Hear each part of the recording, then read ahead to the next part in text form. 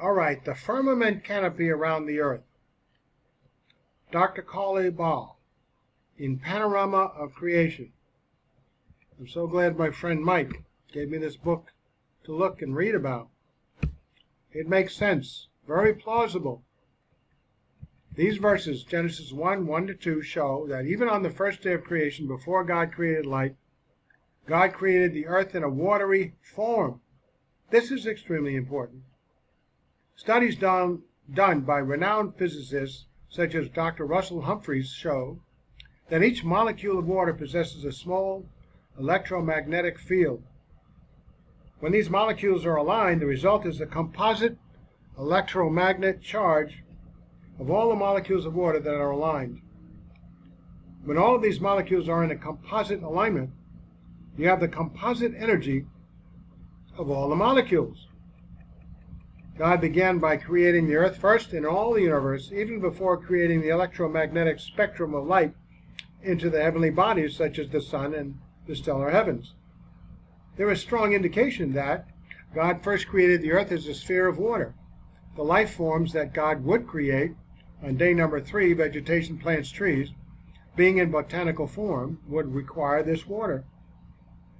On day number 5, God would design the fish and fowl. Each of these creatures would require this water. On day number 6, God would create insects, dinosaurs, man, and woman before the day was finished. Moving on in that same book, I don't know if it's still in print, in Genesis 1, 6-8, and God said, "Let there be a firmament in the midst of the waters, and let it divide the waters from the waters. And God made the firmament and divided the waters which were under the firmament from the waters which were above the firmament. And it was so. And God called the firmament heaven, and the evening and the morning were the second day." It is obvious from the biblical account that this firmament included 2 composite layers of water, adjacent on each side with the firmament in the middle. Some biblical exegetes have suggested that perhaps this firmament referred to the expanse, and the water on the surface of the earth was in one composite form. They also maintain that we had a bubble of water approximately 11 miles above the earth as a second layer.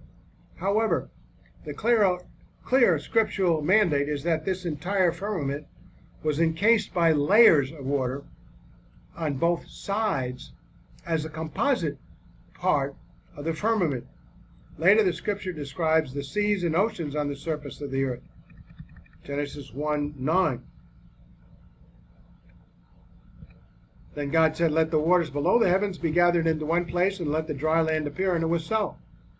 We can therefore envision a model of the firmament approximately 11 miles above the surface of the earth. We believe the firmament was approximately 11 miles above the surface because there exists a heat sink at that elevation. It is between minus 130 degrees Fahrenheit and minus 180 degrees Fahrenheit at that elevation. Nearer to the earth it is warmer, and further from the earth it is warmer for at least some space. If we were to amass the amounts of water present on earth and assimilate the greater amount of water within the earth, this would leave the approximate remainder of a 10 to 20 foot thick lineal dimension double encasement of water in solid crystalline form as the firmament. Here, 11 miles up in the stratospheric heavens, we have a firmament, not just water and cloud or vaporous form, which wouldn't be enough water, but in solid form because of the extreme cold. The Hebrew context shows that the water and the firmament are in a very special form. It was apparently in crystalline form, pure, transparent, relatively thin ice. It was probably no more than 20 feet thick at best. The Hebrew word used to describe this firmament is really quite astounding. In fact, if we do not follow the Hebrew literally, our model does not work at all. The biblical account has to be literal, or it really isn't verifiable. The firmament had to be of literal composite, just as the scripture stated. The word used in the Hebrew to describe the firmament is rakia, which means to compress or pound out and stretch out this arch of heaven in thin metal sheets. On day number 1, God concluded the creation of the day by saying it was good. On days 3 through 6, he also concluded the day's creations by saying it was good. However, on day number 2, God did not say that it was good. On day number 1, he had already pronounced it as good. He did not create new elements on day number 2. He simply used the elements he created on day number 1, the elements of hydrogen and oxygen. Many very fine scientific creation researchers have envisioned for decades that there was a greenhouse effect before the flood, and in all probability there was. They envisioned that there was a water vapor, perhaps in a cloud form above the earth. However, if we simply use the vaporous form of water, the scriptural mandate in Genesis 1:14-18 cannot be fulfilled, because it says the stars were set or enhanced, added in full dimension to this firmament. This firmament cover had simply been water vapor. The stars would only have been seen in approximately 80% of the detail that we see today. A lot of the clouds block a lot of it. Yet the biblical record says that they were enhanced. The original Hebrew word used in this word is the word Nathan. The literal translation means that they were added and yielded in full dimension within this firmament. The only way this could have worked is for the word rakia to have literal meaning. So Dr. Baugh in his book goes on to say, a superconductive canopy of compressed hydrogen, part of water, H2O, right, in near metallic form was encased above and below in crystalline water. Severely cold temperatures would do that.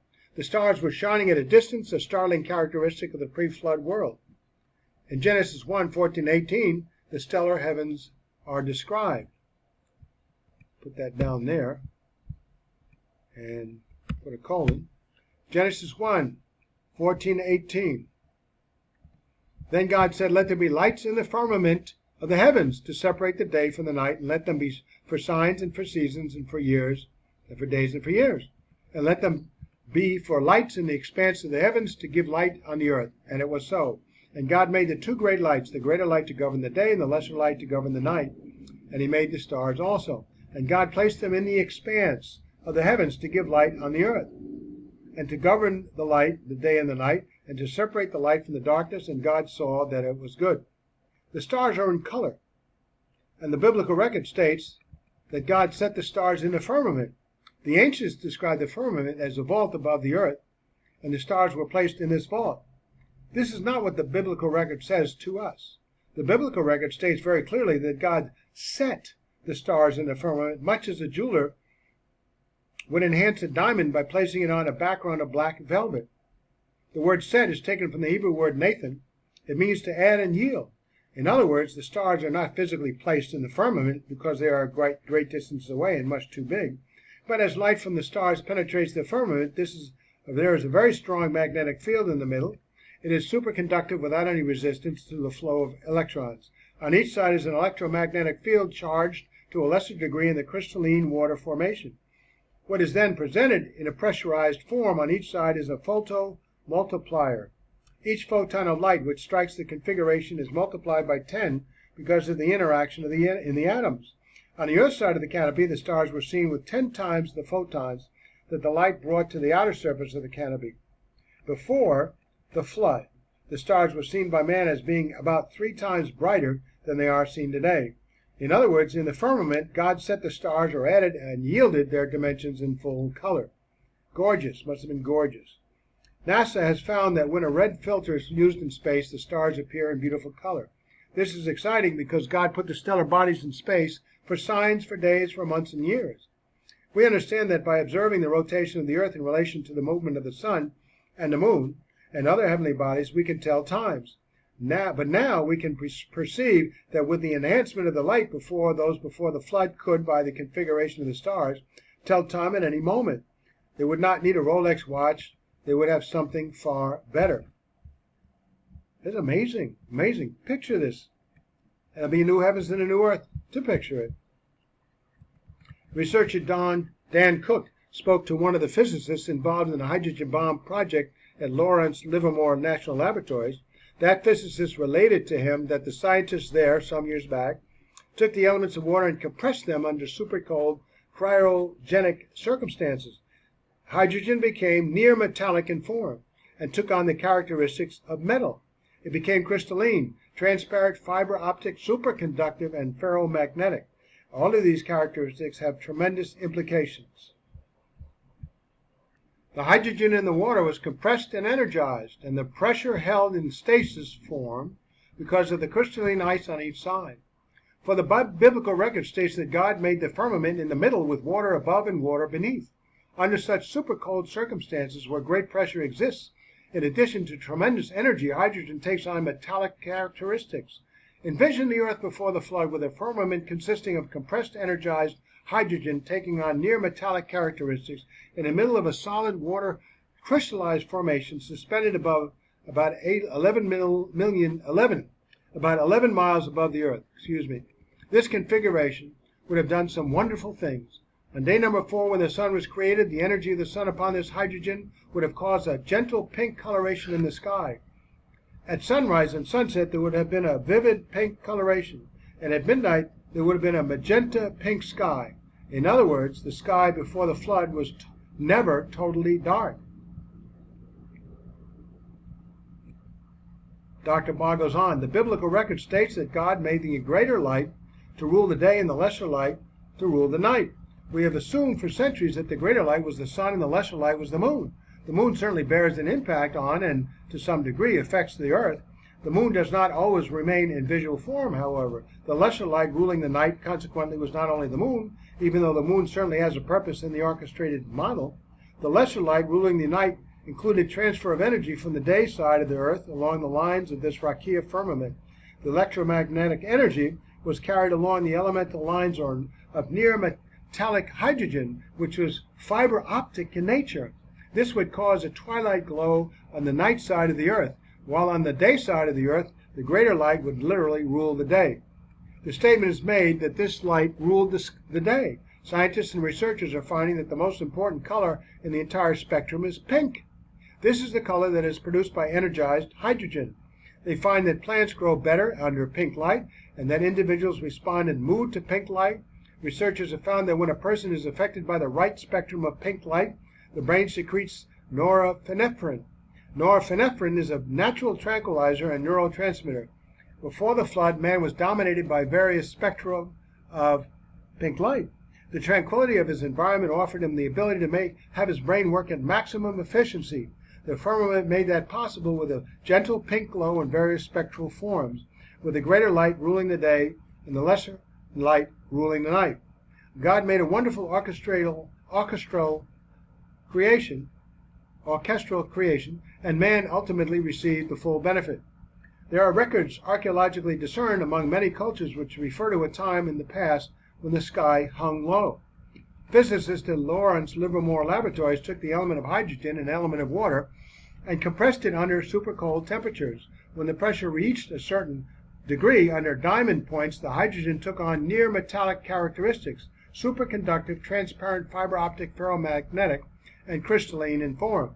The Hebrew word for firmament is rakia, which means to press or pound together into thin metal sheets. This is the explanation of how the canopy or arch of heaven was formed and stretched out around the world in thin metal sheets. One of the elements in water, hydrogen, binds together in a crystalline lattice. Under such pressurized transformation, the hydrogen in water takes on the characteristics as described in the biblical account of creation. We are informed in Genesis 1:16 that the greater light was to rule the day and the lesser light was to rule the night. The transfer of light fiber optically means that the greater penetration of light during the day would produce varying shades of pink, and the lesser light of night would produce a deeper shade of pink in addition to an enhanced moon. Biologists have found that the greatest pink growth is encouraged under pink light.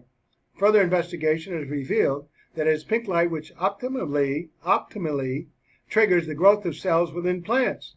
A contributing factor to the enormous size of plant life before the flood was energized hydrogen in the firmament giving off the pinkish glow. Now we have the enormous size of plant life in the antediluvian world also dictated the size of certain forms of animal life or dinosaurs. Take a look at Job. We've got dinosaurs there, contemporary with Job. Dr. Baugh. On day number 6, the final animal life was created, and in order to keep the vegetation in balance, such huge plant-eating creatures were required. After the flood, the decline in the size and abundance of plant life would not have supported the dinosaurs for very long. Note that the oxygen level would be much higher too because of that canopy of ice over the world, over the earth. 11 miles up. Even elephants today in Africa are threatened